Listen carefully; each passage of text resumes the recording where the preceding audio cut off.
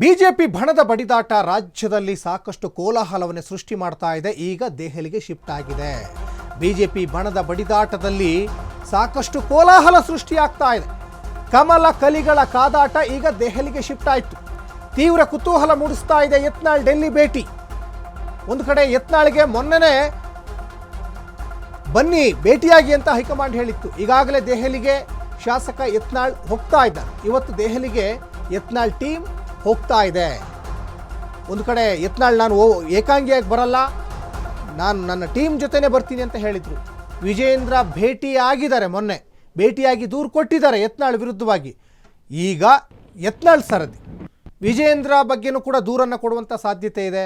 ಇನ್ನೊಂದು ಕಡೆ ವಕ್ಫ್ ವಿಚಾರದಲ್ಲಿ ಏನೇನೆಲ್ಲ ಕೋಲಾಹಲ ಆಗ್ತಾ ಇದೆಯಲ್ಲ, ವಕ್ಫ್ ಬೋರ್ಡ್ನವರು ರೈತರಿಗೆ, ಮಠಾಧೀಶರಿಗೆ, ಜನಸಾಮಾನ್ಯರಿಗೆಲ್ಲ ನೋಟಿಸ್ ಕೊಡ್ತಾ ಇದ್ದಾರಲ್ಲ, ಆ ವಿಚಾರವನ್ನು ಪ್ರಸ್ತಾಪ ಮಾಡುವಂಥ ಸಾಧ್ಯತೆ ಇದೆ.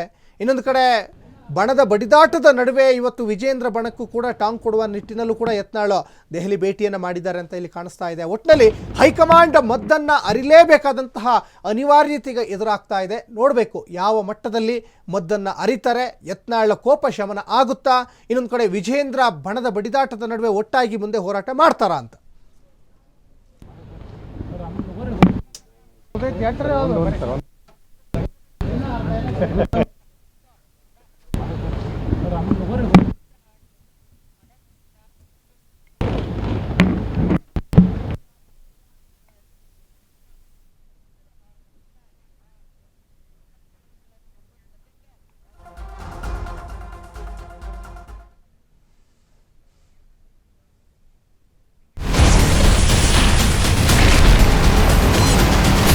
Ashwavega English News.